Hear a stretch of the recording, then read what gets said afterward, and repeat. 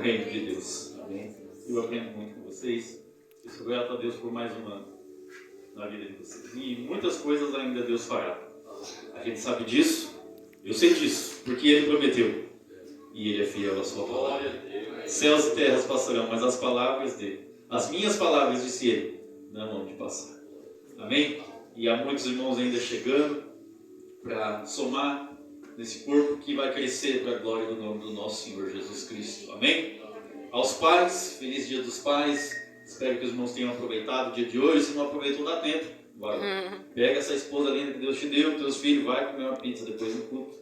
Você, esposa, que não presenteou seu marido, dá tempo. Paga uma pizza para ele, vocês, filhos. Vai dar um rolê com o pai de vocês, aproveita. Aproveita, em nome de Jesus. Amém? Amém, Jesus. Vamos então à palavra do Senhor. Meus irmãos, o tema que os irmãos propuseram aqui é um tema muito difícil. Eu fiquei olhando para Eclesiastes 3, li e falei, Senhor Jesus, me dá uma palavra. Porque falar sobre tempo, pelo menos para mim, eu acho bem difícil. Não sei o que o nosso amado pastor que esteve aqui ontem pregou, mas eu pedi socorro. Falei, Senhor, me socorre, porque já tem meses, quase 2 meses que o pastor Paulo me chamou e eu estou aqui, eu não acho nada para pregar. Não acho nada para pregar. E aí eu corri para um discipular, comecei a ler um pouco do que os homens falam sobre o tempo, para tentar entender a perspectiva da Bíblia sobre tempo, em contraste com a perspectiva dos homens sobre o tempo. Bom, em 1687, um cientista muito famoso chamado Isaac Newton, ele propôs a lei do campo gravitacional. Você vai lembrar, quando você estava lá na sua 4ª, 5ª série, é que hoje a gente não fala mais série, né? Então confunde um pouco. Mas você vai lembrar da sua professora pegando um apagador e soltando ele no chão, pá! E a partir daí ela te apresentou o Isaac Newton e a lei da gravidade. A partir daí ela te apresentou isso. E no ano de 1915, um cientista, outro cientista muito famoso, esse um judeu, chamado Albert Einstein, ele pegou a lei gravitacional proposta por Isaac Newton e aprimorou essa lei. E ele incluiu ela dentro daquilo que vai chamar de contínuo espaço-tempo. Os cientistas vão dizer que todos nós estamos inseridos dentro do contínuo espaço-tempo. Então ele vai dizer que o tempo é relativo e a relatividade do tempo está inserida dentro do espaço. Então, por exemplo, o tempo ele não para. Nós não temos como parar o tempo, não temos como retroceder o tempo, nem mesmo avançar o tempo além do que aquilo que ele passa normalmente. Isso é o contínuo espaço-tempo, estamos inseridos dentro dele. Mas há algumas anomalias dentro do contínuo espaço-tempo. Por exemplo, você pode dar um Google aí. Alguém está com o celular aí? Me ajuda aí. Pega o celular e dá um Google aí. Coloca assim, astronauta cresce no espaço. E veja se você acha alguma coisa aí para você falar para a gente. Por quê? Isso é uma anomalia. Porque o tempo e o espaço passa diferente quando está fora do planeta Terra. Então, o exemplo que eu pedi para os irmãos encontrar aí, se alguém achar, de um astronauta, e são vários exemplos, acha qualquer um que se achar e tá bom. De um astronauta que ele foi para o espaço, na sua cápsula, ficou numa estação espacial, na hora de voltar ele não cabia dentro da cápsula, porque ele cresceu. Ele cresceu, assim, não cresceu metros, ele cresceu alguns centímetros, mas a cápsula é bem fechadinha, tem um espaço delimitado. E o astronauta não cabia lá dentro. Ele tentou entrar e falou, cara, não está cabendo aqui. Por quê? Porque ele cresceu. Já era um homem adulto, dos seus 30 e tantos anos, mas por estar fora da Terra, o tempo e o espaço causou diferença. O tempo é relativo, o tempo e o espaço é relativo. Então ele cresceu. Como que esse cara cresceu depois de 30 anos? Pois é, mas isso acontece. Há um filme bem famoso chamado Interestelar, que um homem ele vai viajar para um país, para um planeta. Ele viaja nesse planeta em busca de vida e tudo mais, mas ele fica perto de um buraco negro. Ele passa algumas horas, 2 horas se eu não me engano, quando ele volta para a nave, anos se passaram na Terra. Esse deslocamento temporal fora do planeta Terra é verdade, isso acontece mesmo. Isso acontece de verdade. Então, Deus é o Criador de tudo isso. E os homens, por que eu estou falando tudo isso? O que isso tem a ver com a Bíblia, pastor? A gente quer a Bíblia, a gente quer saber. Então, é que o Deus que nós servimos é o Criador do tempo e do espaço, das massas, de toda a lei que nós estamos inseridos. O tempo, Deus é o Criador desse tempo. A Bíblia, no seu primeiro versículo, revela isso. No princípio, criou Deus os céus e a terra. Quando a Bíblia fala no princípio, significa antes mesmo do próprio tempo existir. Deus é o Criador do tempo. O tempo Senhor Jesus Cristo, ele vai dizer que o Jesus Cristo é o Pai da eternidade. Então não é que Jesus é eterno, não, ele está acima da eternidade, porque ele é o Criador de toda a eternidade. Amém. Deus é o Criador do tempo, o tempo que nós estamos inseridos. Amém, ele é o Criador. Glória a Deus. E essa noite eu queria falar um pouquinho sobre como Jesus age diante dos seus servos em relação ao tempo. Como o Senhor Jesus Cristo age diante dos seus servos, daqueles que servem a Ele. Quando Ele está diante do tempo, como Ele reage diante do tempo, como Ele age, como Ele trabalha diante do tempo. Então alguns vão dizer que há dois tipos de tempo na Bíblia. Alguns dizem isso, que há o tempo Cronos e o tempo Kairos. Só que biblicamente isso não funciona muito. Porque assim, Cronos e Kairos são duas palavras gregas que denominam tempo. Então alguns textos, por exemplo, Atos capítulo 1, versículo 6. Os discípulos perguntam para Jesus assim: é nesse tempo que o Senhor vai restaurar Israel? A palavra lá é Cronos.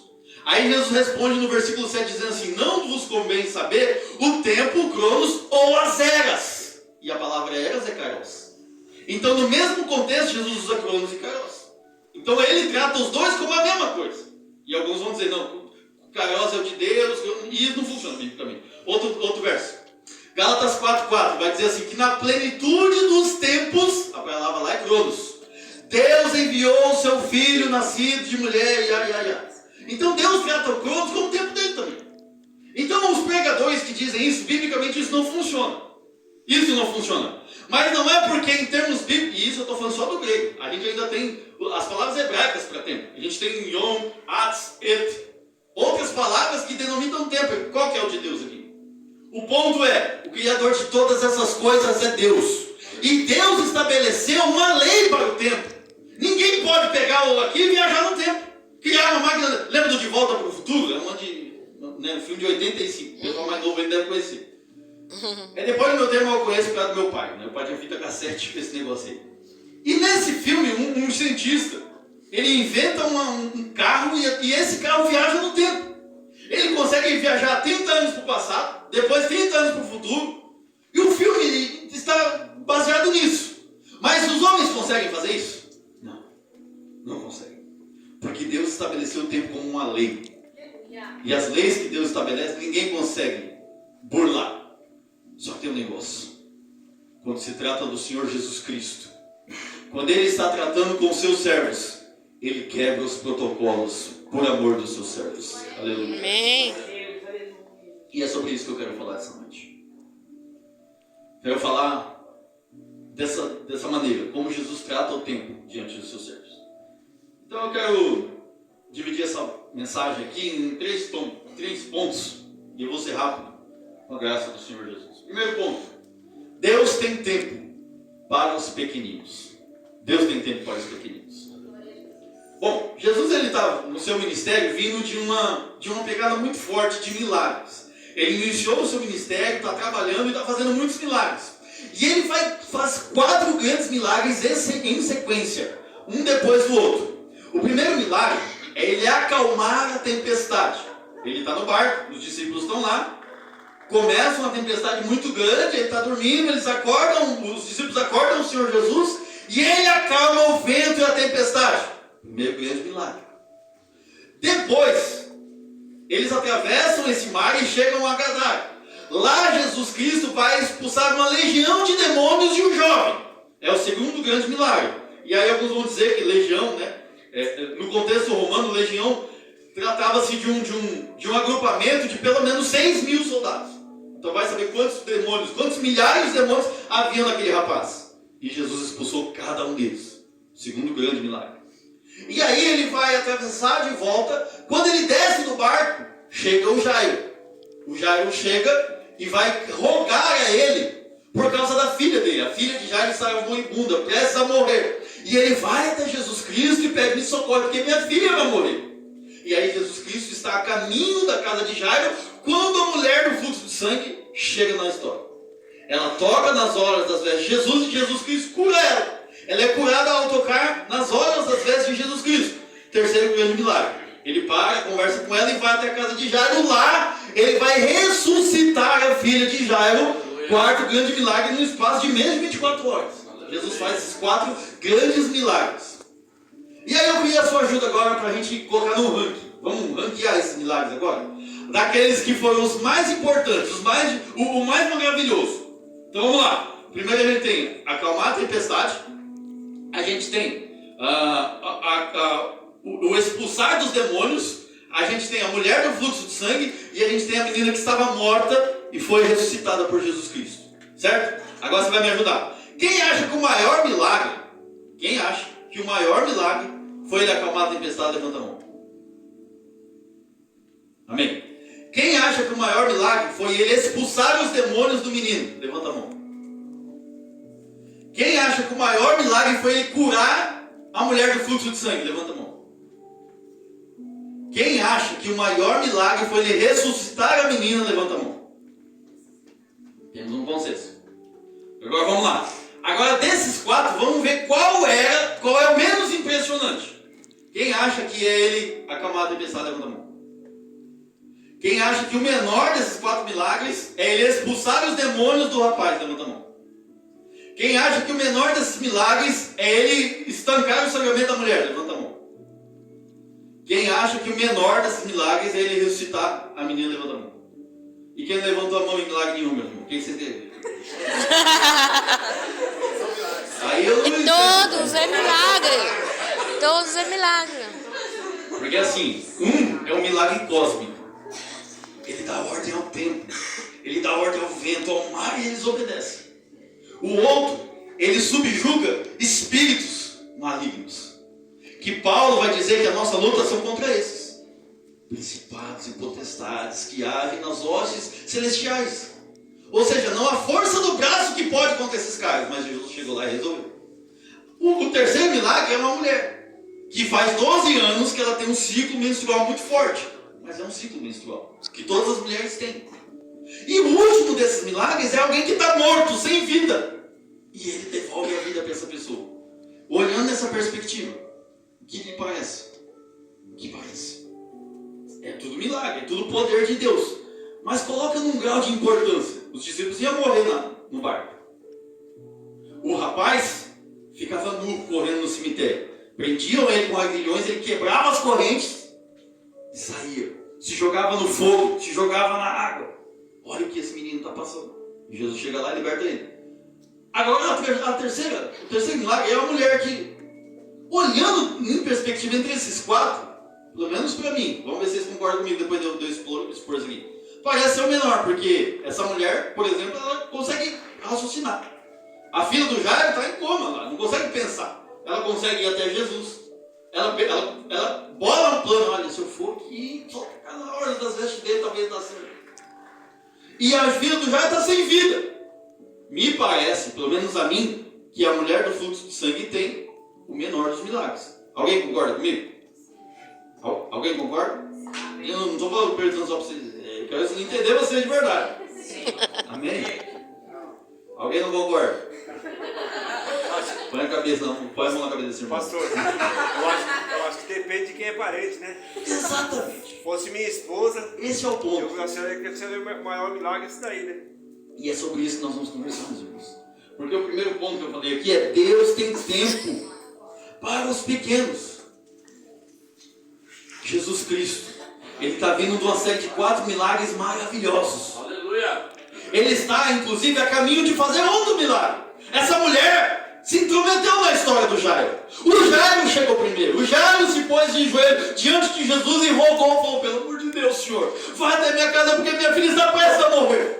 E Jesus falou: vamos que eu estou indo. Enquanto ele está a caminho da casa do Jairo, essa mulher entra no meio. Ela toca na hora das vestes de Jesus e faz o Senhor Jesus Cristo parar. Imagina o coração do Jairo nessa hora. Não, peraí, Senhor, eu cheguei primeiro. Peraí, Senhor, o Senhor estava a caminho da minha casa. O que o Senhor está parado conversando com essa mulher aqui? Que fez, inclusive, o que ela não deveria, segundo a lei. Segundo a lei, o que essa mulher tinha que ter feito? Ficar reclusa. Porque, segundo a lei, ela está num tempo de imundícia. Ela está imunda. Enquanto o sangue não parar de correr, ela não pode tocar em ninguém. Enquanto o sangue não parar de correr, ela não pode tocar em nada. Porque tudo que ela toca fica impuro. Tudo que ela toca, ninguém mais pode tocar. Ela não pode dar um abraço em alguém. Ela não pode almoçar, jantar com alguém. Ela não pode estar na mesma casa que alguém.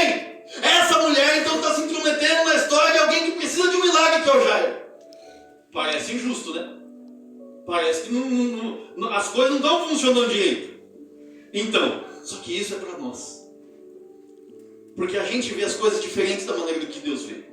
A gente estabelece as nossas leis, mas quando é por um servo de Jesus, quando é por alguém que vai atrás dele, Jesus Cristo quebra todos os protocolos, mas ele socorre aquela vida que vai atrás dele pedindo socorro. Aleluia, glória a Deus. Ele não está nem aí pelo que os homens pensam. Aleluia.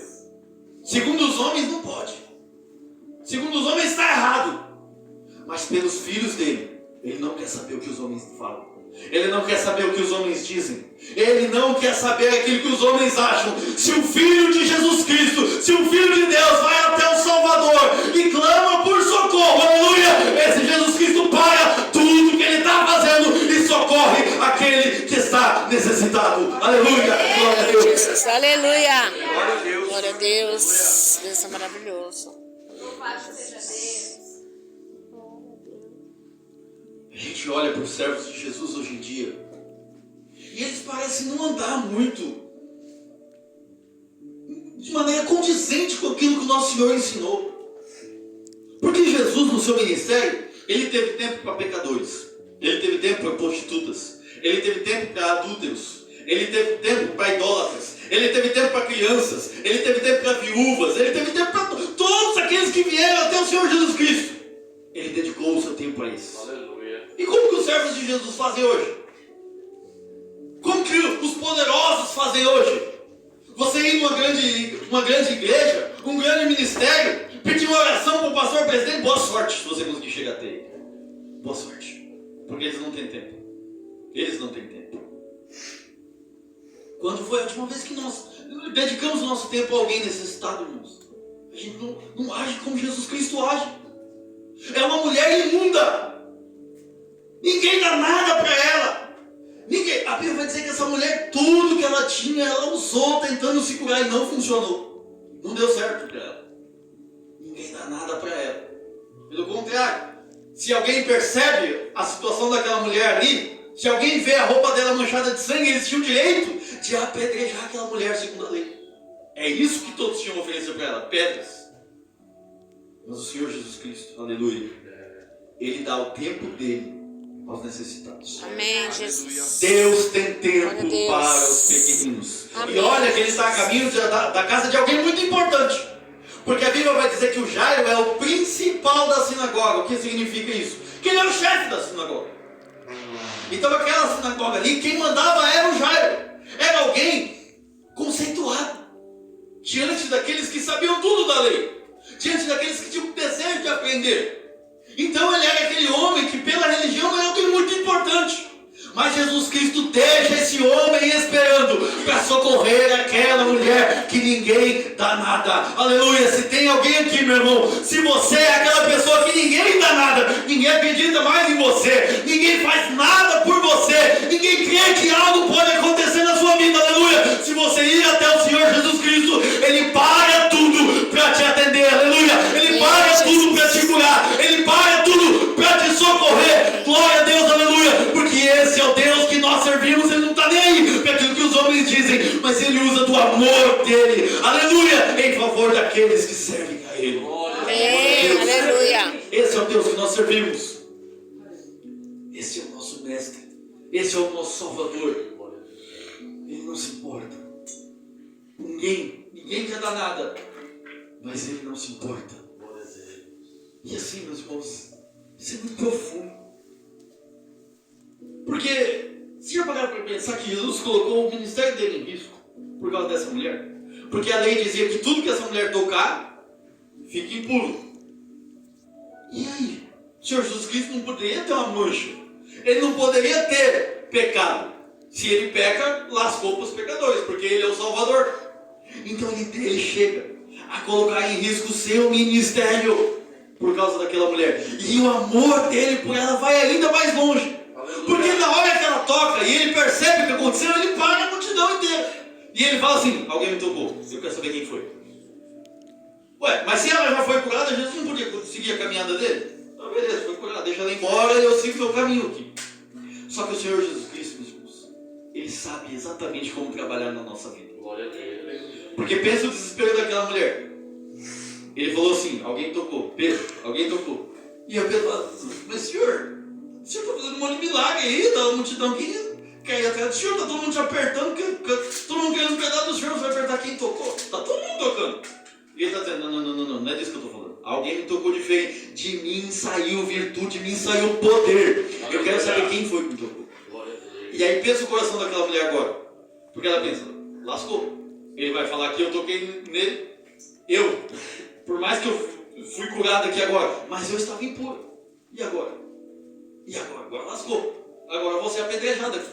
Agora eu vou morrer aqui. E aí ele pergunta, vai saber quem me tocou. Aí a mulher vai lá e se apresenta e fala, então senhor, fui eu. Eu vi que o senhor estava passando e eu pensei que se eu tocasse, foi só nas orlas das vestes do senhor. Eu não toquei no senhor. E ela vai tentar se explicar e Jesus fala, filha. Ele vai chamar ela de filha. Fala, filha, vai em paz. A tua fé te salvou. Amém. E isso, meus irmãos, é muito importante para essa mulher. Por quê? Porque a lei dizia que depois que passasse o ciclo menstrual da mulher, ela deveria se apresentar ao sacerdote, levar o seu sacrifício, e o sacerdote ia receber o sacrifício dela e declarar ela pura. Para aí então ela poder voltar ao convívio da família, dos amigos e tudo mais. Sem isso, essa mulher não poderia ser recebida em casa. Não poderia. E como que vai funcionar agora? Porque depois de 12 anos, como é que ela vai chegar lá e falar, então, sai aí. O sacerdote ia olhar para ela e falar, depois de 12 anos, sai daqui, minha filha. Está tentando enganar quem aqui?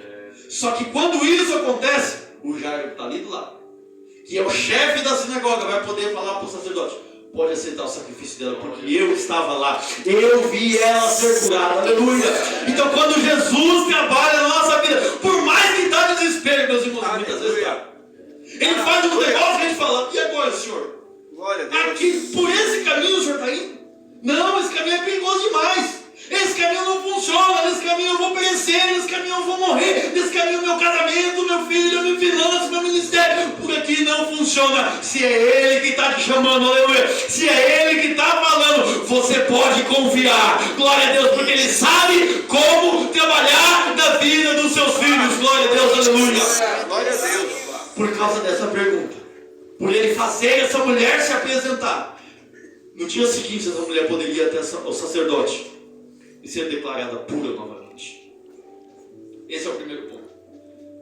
Deus tem tempo para os pequenos. Aleluia. Amém, Jesus. Glória a Deus. Segundo ponto. Deus atende aquilo que para os outros é bobagem. Foi o ponto que o nosso irmão Marcelo levantou aqui. Se essa mulher estivesse aqui, ela não ia gostar muito do que a gente está falando. Porque ela vai, como assim? Está falando que a minha dor é a menor? Porque, meus irmãos, isso, a dor, só quem está sentindo sabe a intensidade dela. Você não chega lá no médico e ele fala assim, a tua dor é tal, né? Não, ele pergunta para você, de 0 a 10, quanto que está doendo? Onde é que está doendo? Porque só quem sente a dor sabe. Então a gente faz um julgamento, fala, não, é milagre dessa mulher, porque ela está andando, ela está falando, ela está conseguindo, está com as suas capacidades cognitivas, tudo normal. Aquele endemoniado não tinha o que fazer. Os discípulos dentro do barco não tinham o que fazer. A menina que está morta não tem o que fazer. Essa mulher tem, então não dá para ela esperar. Então, só que isso é o olhar humano. Isso é como os homens olham. Porque há muito cristão por aí, meus irmãos. Muito cristão por aí. Com um complexo de rejeição. Dizendo, não, eu não. Deus não me chamaria para isso. Não, na minha família não. Minha família é muito bagunçada. Deus não ia trabalhar assim na minha família. Então, é que o meu currículo é muito pequeno. Não dá certo para eu assumir esse cargo. Tem muito cristão por aí assim. Só que Deus, meus irmãos, preste atenção. Deus, Ele atende aquilo que para os outros é bobagem. Muitos vão olhar para essa mulher e falar, peraí, o que ela tem? Ela está menstruada? Cólica? A troveira? Dá uma troveira para essa mulher e manda ela para casa. Mas Jesus falou, não. Eu vou curar a minha filha. Eu vou entrar na situação do meu servo. Todo mundo pode estar falando que é bobagem, ele não quer saber. Se tem alguém necessitado, Jesus Cristo, aleluia, supre toda a necessidade daquele que busca Ele. Glória a Deus, aleluia. Aleluia. Porque aos olhos dos outros, olhando por fora, mas e se colocando na pele dessa mulher? 12 anos. 12 anos. Esse dia eu ouvi uma mensagem de um pastor, que ele é médico. E ele falando, na ótica da medicina, o que acontece com uma mulher, com uma pessoa que está perdendo sangue faz 12 anos. Imagina, 12 anos perdendo sangue. Primeiro, essa pessoa fica fraca, anêmica, tem força de fazer as coisas. Para levantar da cama é um sacrifício. Ela é mulher, ninguém faz nada para ela. Imagina como que é a vida dessa mulher com essa fraqueza. Depois, a pele dela, quando começa a perder sangue, a primeira coisa que vai sofrer é a pele. Então a pele dessa mulher, já qualquer doença ataca essa mulher. Qualquer coisa, ela não tem mais anticorpos para proteger a pele dela. O sol provavelmente é terrível para essa mulher. E ninguém para pensar nisso.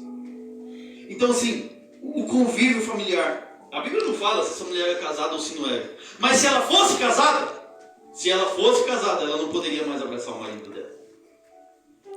Se ela tivesse filhos, ela não poderia pegar o bebezinho dela no colo, que nessa altura nem é mais um bebê.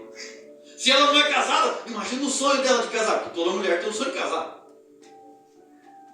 O sonho das mulheres é esse, casar. Ela tinha um sonho de casar e ela não poderia casar. Tinha o sonho de ter filhos, homem nenhum iria querer tocar nela. Os pais dela, se ela morava na casa do pai, ela não podia entrar dentro da casa do pai. Porque senão a casa dele ficava impura, ele ficava impuro, todo mundo ali ficava impuro. Essa mulher vive isolada, sozinha, fraca, anêmica, exposta a todo tipo de doença. Então é bobagem para os outros. E isso, meus irmãos, é a mesma coisa que acontece com você. Muitas vezes você confessa as suas dificuldades para alguém e alguém vai dizer, ai, bobagem isso aí. Isso é besteira. Isso é besteira para os outros. Mas o Senhor Jesus Cristo não está nem aí. Ele atende aquilo que para os outros é bobagem. Se há uma necessidade, mesmo que o homem diga que é bobagem, o Senhor Jesus Cristo atende. Aleluia. Vai até o Senhor Jesus Cristo. Conta para Ele a sua dificuldade. Conta para Ele a sua necessidade. Porque Ele atende. Mesmo que todo mundo diga que é besteira, que não vale a pena. Todo mundo vai dizendo, não tem jeito, não, deixa eu falar. Olha lá, o Jair está com a menina morta. E se cair por causa de uma cólica, por causa de uma dor no ventre, por causa de um sangramento. Está todo mundo dizendo que é bobagem. Mas mesmo assim, não deixe de ir até o Senhor Jesus Cristo. Conta para Ele a sua dificuldade, por mais boba que seja. Porque Deus, Ele é maravilhoso e Ele trabalha até nas pequenas coisas. Amém, Jesus. Glória a Deus. Tempos atrás, a pastora Débora testemunhou na igreja que ela passou uma dificuldade financeira e ela passou no supermercado e ficou com muita vontade de comer uva. Mas não tinha dinheiro para comprar uva, tinha dinheiro contadinho para comprar as coisinhas dela lá. Ela saiu do mercado e viu um cacho de uva no chão, no meio fio, molhado, com água suja lá, e ela falou que ela ficou morrendo de vontade de comer aquela uva. E foi para casa chorando. Passou o dia, à noite, o pastor Gustavo ligou para ela e falou, pastor, já não quer vir aqui em casa? Eu comprei um DVD numa aplicação nova que ele assistiu com a senhora e tal. Aí foi ela, o pastor Azarias lá. Quando ela chega lá, adivinha o que o pastor Gustavo pôs na mesa para eles comerem? Um belo, de um enorme, de um abençoado, maravilhoso cacho de uva. Para todo mundo é bobagem. A uva, quando você quer, você compra a uva. Mas o nosso Deus, o Deus que nós servimos, viu a lágrima no olho da serva dele. Para todo mundo é bobagem. Eu estou contando para vocês, Deus, cacho de uva? Cacho de uva. Porque se tem um servo dele necessitado de algo, Deus socorre.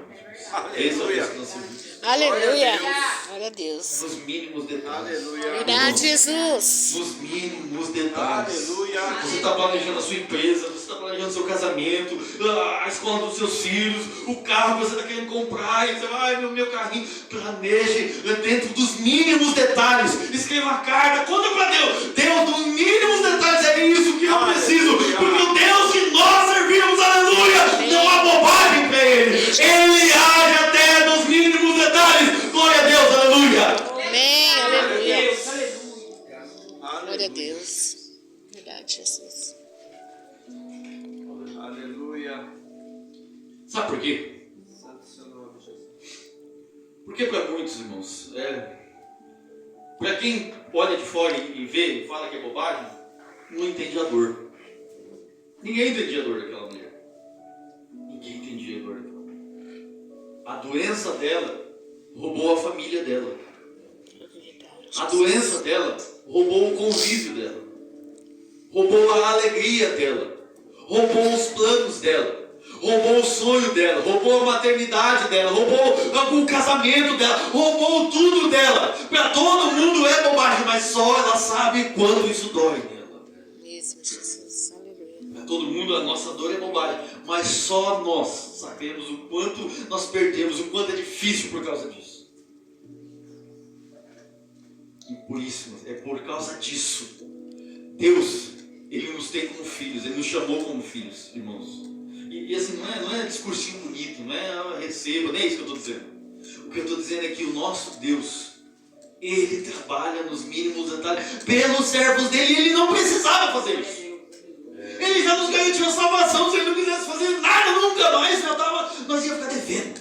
A gente ia ficar devendo. Mas mesmo assim, meus irmãos, o nosso Deus não está nem aí. Ele quer suprir a necessidade dos seus filhos. Ele, como pai, quer ver os seus filhos abençoados. Aleluia. Amém, Jesus. Então, pastor, se Ele quer, por que não acontece? Então, porque às vezes a gente deixa de ser como essa mulher.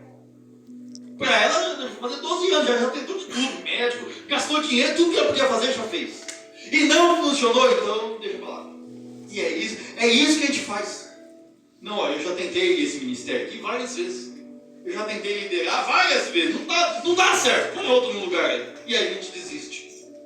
Em vez de ir até o Senhor Jesus. Fala, não, essa doença aqui, eu já pedi 1000 orações. 1000 pessoas de vez já ungiu a mão, colocou na minha cabeça e eu não saio. Deixa pra lá, não. Vai até o Senhor Jesus Cristo, aleluia. Vai até o Salvador. Não desiste, alimenta a sua fé e faça como essa mulher. Se eu tão somente tocar na hora das suas vestes, eu ficarei curada, aleluia. Vai até o Senhor Jesus com fé, porque Ele é poderoso, aleluia, para nos sarar. Glória a Deus. Não desista, aleluia. E tem gente desistindo daquilo que é promessa. Aquilo que Deus disse que ia acontecer. E eu sei que você tentou, e de novo, e não deu certo. E você voltou para casa cabisbaixo, de triste, e falou de novo, não deu certo. E agora vou passar vergonha, vou ter que contar que eu tentei e não funcionou. E desiste. E deixa para lá. Mas se é promessa do nosso Deus, meu irmão, fica firme, tenha fé na palavra do Deus que você serve, porque Ele é fiel, aleluia. Não desista daquilo que Deus colocou na sua mão, por mais que você tenha chorado anos por isso. Vai até Ele, creia nele.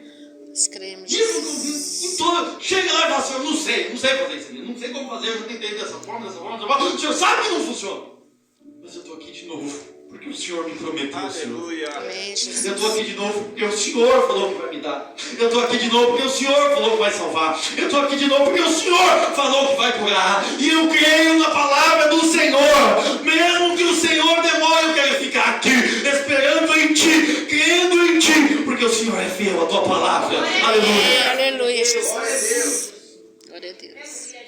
Ninguém viu aquela mulher, mas Jesus Cristo viu.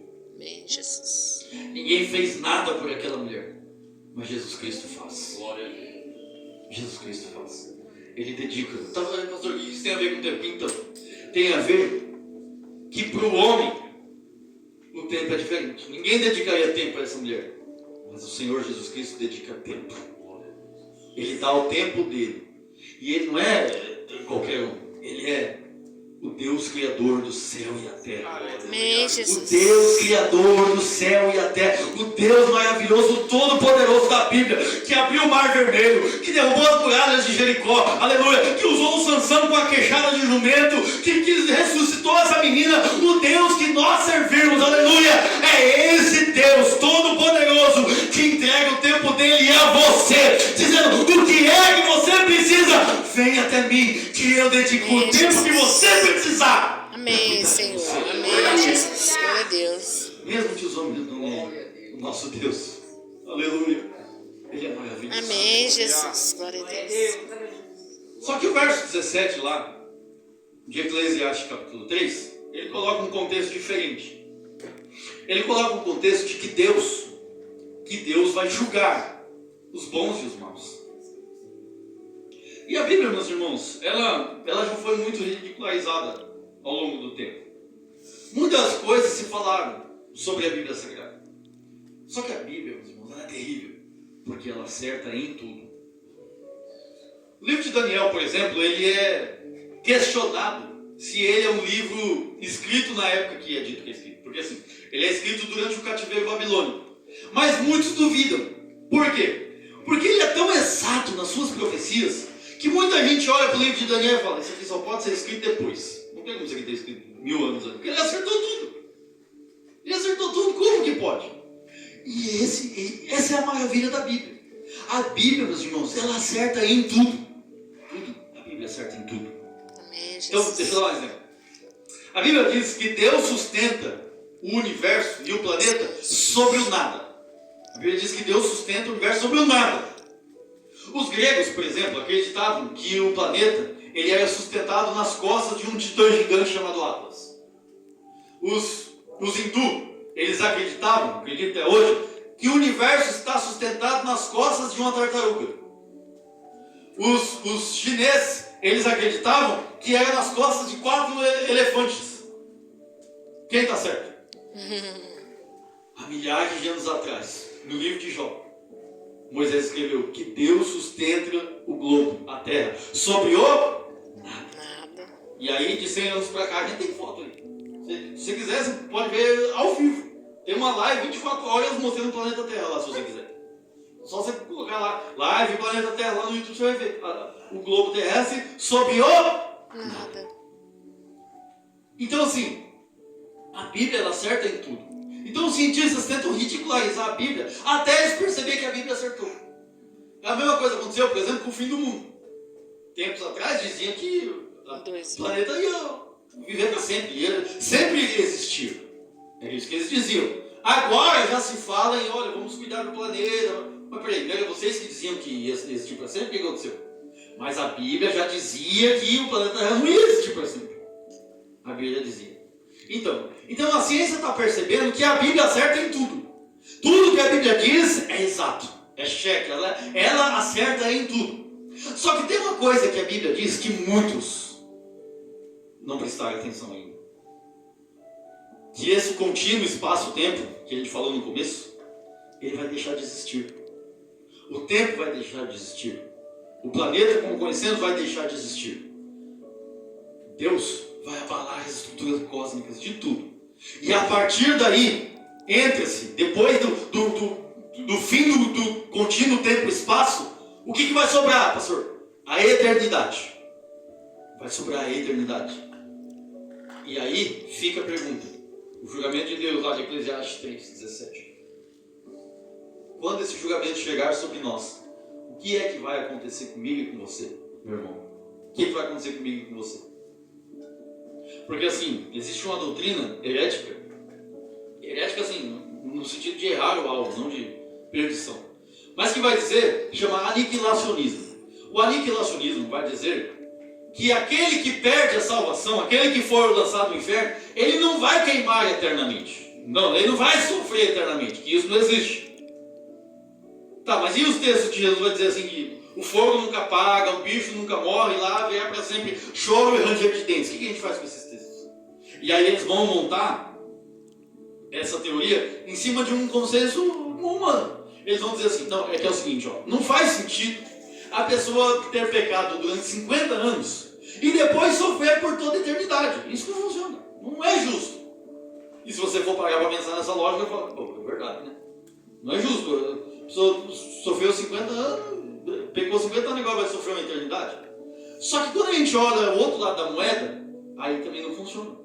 Porque se eu servir a Jesus Cristo 50 anos, eu vou passar toda a eternidade desfrutando de uma bênção eterna, de um lar eterno, na presença do meu Deus. Então, Deus não trabalha dessa forma. Deus não trabalha dessa forma. Porque senão não vai ter sentido a salvação também. E é por isso que Deus está gritando, o Espírito Santo está clamando por almas. É por isso que Ele deu a ordem de nós irmos por todo mundo pregando o Evangelho, fazendo discípulos, libertando a humanidade do seu castigo que já é, que vai ser eterno, se não se converter ao Senhor Jesus. O castigo ele é eterno, porque quando Jesus Cristo voltar, meus irmãos, não vai existir mais tempo. Quando vier novo céu e nova terra, que os pecadores serão lançados no lago de fogo, o tempo não existe mais. E é por isso que é eterno, porque não existe tempo. É por isso. E aí a pergunta que fica é: será que nesse dia, onde é que a minha alma vai? Porque, acabei de dizer que a Bíblia vem acertando tudo. Tudo que a Bíblia vem dizendo, contra todos os sítios das mentes mais brilhantes do mundo, a Bíblia acerta diante desses caras. E essa mesma Bíblia que vai dizer que Deus julgará os justos e os injustos. E agora a escolha é você que faz. Qual dos dois times você quer ficar? Em qual das duas equipes você quer ficar? Na equipe dos justos ou dos injustos? Qual é o chamado que você quer receber? Quando a trombeta soar, quando o Senhor Jesus Cristo voltar, essa é a escolha, meus irmãos, que fica para nós.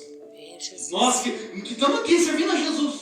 Porque levantar a mão, aceitar o Senhor Jesus lá e batizar, não significa que pronto, ganhei o céu. Não é um bingo, que você vai acertar no bingo, pronto, acertei. Não. É mais que isso. Eu preciso viver na luz. Eu preciso viver a verdade, aleluia. Eu preciso genuinamente servir ao Senhor Jesus Cristo, abandonar os meus pecados, me arrepender dos meus pecados e me render a Ele, e viver para Ele, e ser obediente a Ele e a Sua palavra. Glória a Deus. Porque às vezes a gente está aqui na igreja, meu irmão, correndo atrás das nossas coisas. Estamos aqui em todo culto, mas não estamos aqui porque nós precisamos de algo. E eu já disse que Deus é o maior interessado em te abençoar. Mas antes disso, o maior interesse dele é salvar a sua alma. Tem gente, meu irmão, eu vou falar um negócio aqui, Meu Deus. que é meio duro. Mas foi Jesus Cristo que falou. Tem gente, servo de Deus, que não pode ser rico. Ah não, pastor, por quê? Porque pro rico entrar no céu é muito difícil. Foi Jesus Cristo que falou.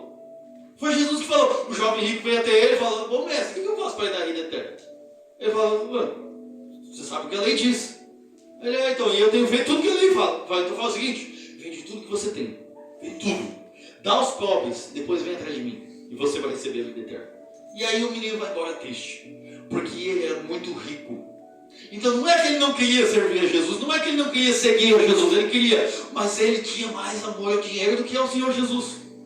Tem muito crente por aí que Deus não pode tornar essa pessoa rica, porque senão ela vai amar o dinheiro e esquecer o Salvador dela.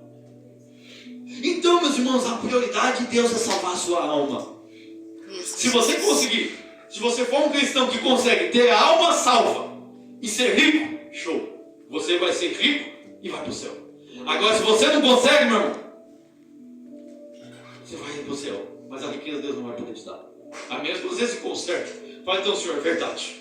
Eu estou aqui, o Senhor sabe que eu com dinheiro eu sou terrível, né? Então fala o seguinte: muda meu coração. Transforma quem eu sou. Porque o Senhor prometeu.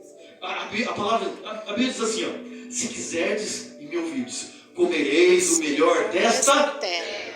Não está falando do céu, meu irmão. Está falando da terra, dessa vida. Só que se quiserdes e me ouvirdes. Tem gente que só quer e não ouve o que Deus está falando.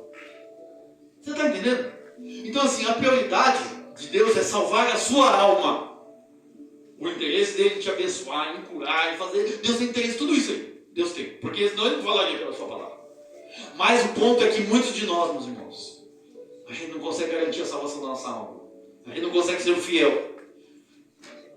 E o ponto é, ele vai vir julgar o mundo, a humanidade inteira. Qual dos dois times você vai fazer parte? Qual dos dois times?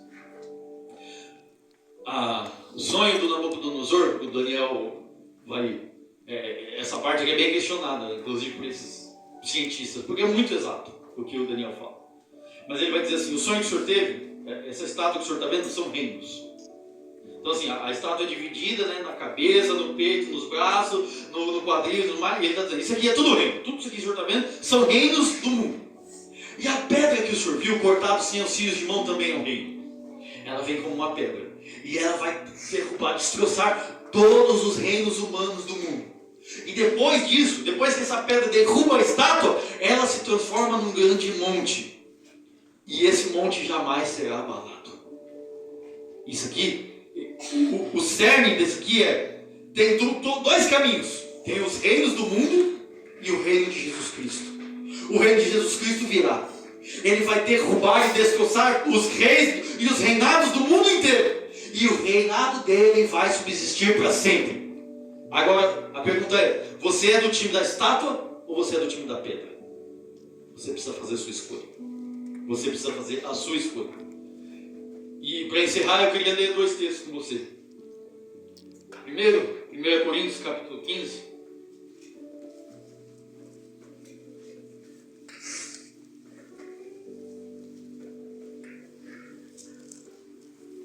A partir do versículo 51, diz assim, presta bem atenção no texto. Se você não achar, pode parar e só escuta. Mas presta atenção no que a Bíblia diz. Eis aqui vos digo um mistério. Na verdade, nem todos dormiremos, mas todos seremos transformados no momento, no abrir e fechar de olhos, ante a última trombeta. Porque a trombeta soará, e os mortos ressuscitarão incorruptíveis, e nós seremos transformados.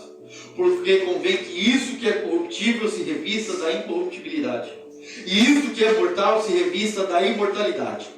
E quando isso que é corruptível se revestir da incorruptibilidade, e isso que é mortal se revestir da imortalidade, então cumprir-se-á a palavra que está escrita: tragada foi a morte na vitória. Onde está a morte, o teu aguilhão? Onde está o inferno, a tua vitória? Ora, o aguilhão da morte é o pecado, e a força do pecado é a lei. Mas graças a Deus que nos dá a vitória por nosso Senhor Jesus Cristo. Aleluia! Ele vai voltar para buscar a sua igreja. A igreja. Não é só gostar de Jesus Cristo. Não é só achar bonitinho os louvor. Não. Eu preciso ser servo de Jesus Cristo. Verdadeiro servo. Porque falso servo. Na Santa Ceia passada eu falei sobre aqueles que naquele dia dirão: Senhor, mas eu preguei no teu nome. No teu nome eu fiz milagres. No teu nome eu expulsava demônios. Então é uma pessoa que está na igreja. Ela usa o nome de Jesus para fazer milagre. E ela consegue fazer milagre. Ela usa o nome de Jesus para expulsar demônio. E ela consegue, ela tem autoridade espiritual para isso. Ela prega a palavra de Jesus. Mas quando ele voltar, essa pessoa não entra no reino dos céus. Então, só de estar aqui, meus irmãos, não basta. Não basta. Porque o tempo como conhecemos hoje vai deixar de existir. E Jesus Cristo vai voltar. E eu preciso estar preparado para esse dia. E outro texto. Para terminar, 1 Tessalonicenses 4, verso 13, diz assim: não quero, porém, irmãos, que sejais ignorantes acerca dos que já dormem, para que não vos entristeçais como os demais que não têm esperança. Porque se cremos que Jesus morreu e ressuscitou, assim também os que em Jesus dormem, Deus os tornará a trazer com ele. Dizemos-vos, pois, isso pela palavra do Senhor, que nós, os que ficarmos vivos, para a vinda do Senhor, não precederemos os que dormem, porque o mesmo Senhor descerá do céu com alarido, com voz de arcanjo e com a trombeta de Deus, e os que morreram em Cristo ressuscitarão primeiro. Depois nós, os que ficarmos vivos, seremos arrebatados juntamente com eles nas nuvens, a encontrar o Senhor nos ares. Presta atenção nisso aqui. E assim estaremos para sempre com o Senhor. Isso aqui é a promessa. O tempo vai deixar de existir. Quando esse dia chegar, nós estaremos para sempre com o Senhor. Amém, Jesus. Temos 2 caminhos diante de nós. Amém, Senhor. Façamos a nossa escolha, porque Glória o nosso Salvador Deus. Aleluia, em breve vem. Jesus. Amém? Amém, Jesus. Sintetizando tudo que a gente conversou aqui, Deus tem tempo para os pequeninos. Deus dedica tempo para resolver aquilo que para todo mundo é bobagem. E o tempo como conhecemos hoje deixará de existir. O Senhor Jesus Cristo vai voltar e estabelecer o seu reino eterno. Vigiemos e oremos, meus irmãos. Amém, Para estarmos do lado Jesus. certo. Para estarmos do lado da pedra e não da estaca. Amém? Amém. Deus Glória a abençoe meus irmãos em Deus. nome de Jesus.